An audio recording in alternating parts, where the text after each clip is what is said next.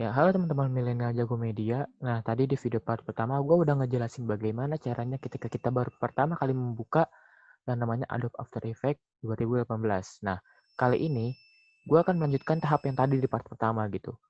Nah, setelah tadi kita membuka new composition, nah komposisinya akan terbuka di sini gitu ya. Nah, composition ini tuh bisa kita lihat ini tuh bentukannya dari bentukan dari composition tuh ini gitu.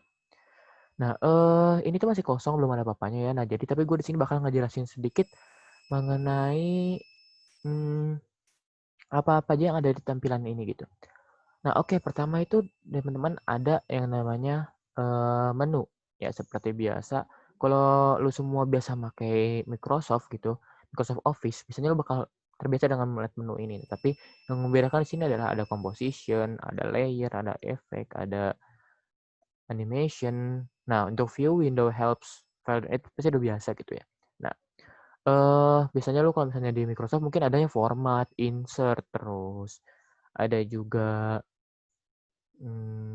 layout dan lain-lain begitu ya. Nah, kalau misalnya di sini seperti biasa, kalau file itu kita ada new, kalau misalnya kita mau buka project baru kayak tadi atau new folder atau new team project gitu. Nah, itu bisa.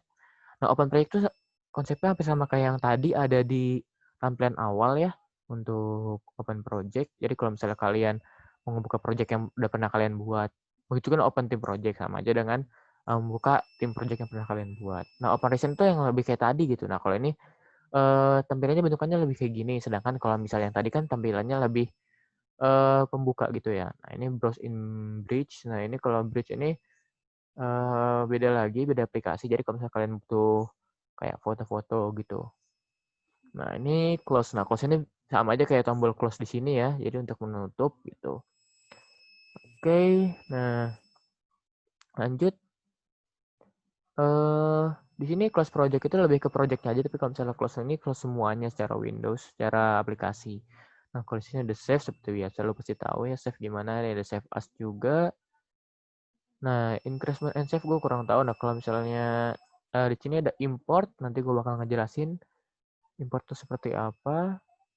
Di sini juga ada import footage sama oh ini recent footage. Nah, jadi kalau misalnya recent sama kayak tadi itu yang sudah pernah kita kerjakan, kalau ini ada export dan beberapa lagi gue jarang suka pakai. Dan suka iya gunakan. Nah, untuk import, untuk save, import dan export gue bakal gue jelasin lebih lanjut, oke? Nah, di sini ada lagi menu edit. Nah, edit ini ada redo, ada undo, ada history. History ini history undo item atau undo new composition gitu. Pokoknya jadi kalau misalnya kalian sudah pernah lakuin sesuatu itu bisa di undo gitu.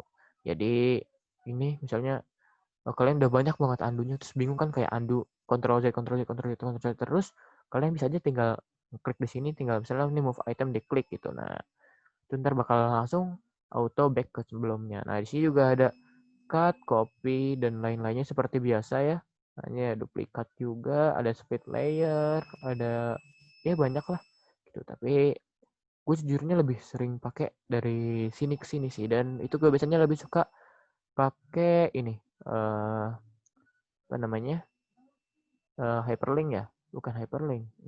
Pokoknya intinya percepatan kode-kode inilah gitu. Gue lebih suka pakai ini dibandingin ngeklik langsung gitu karena itu buang-buang waktu. Oke. Nah, sini ada composition. Nah, composition tuh kayak tadi yang tadi kita buat. Nah, ini menu composition bentukannya kayak tadi ya yang ada tampilan kotak hitam itu.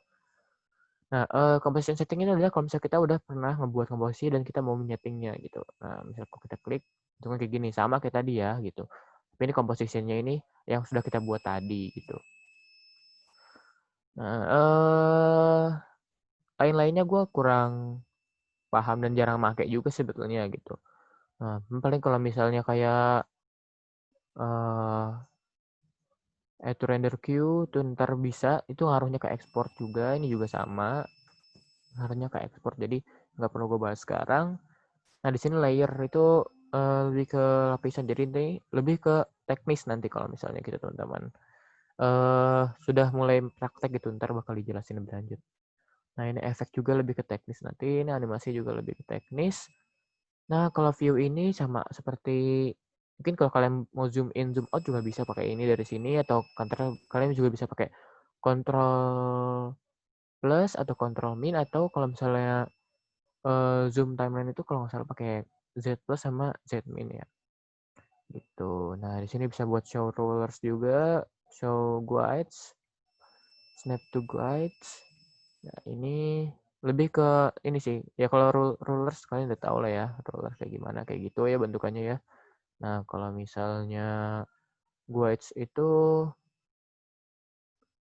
lebih ke ini sih sebetulnya. Ke bantuan kalian ketika kalian memasukkan objek nantinya, itu bakal kelihatan. Nah, kalau Windows ini kayak gini, Windows itu kayak misalnya gini nih, ada info, ada audio, ada effect, libraries, align, karakter, ini tuh ada di sini semua nih. Kayak ini libraries nih, kalau misalnya gue matiin, nah itu dia hilang gitu kan. Maaf nih, kalau misalnya gue matiin tuh kayak gitu tuh, jadi ya hilang gitu. Ini gue pakai lagi. Gitu. Nah, dia muncul lagi nih librariesnya gitu. Jadi gitu teman-teman ya. Oke, Windows. Ini tadi klik gue kayaknya ya. Gue gak pernah pakai ini soalnya.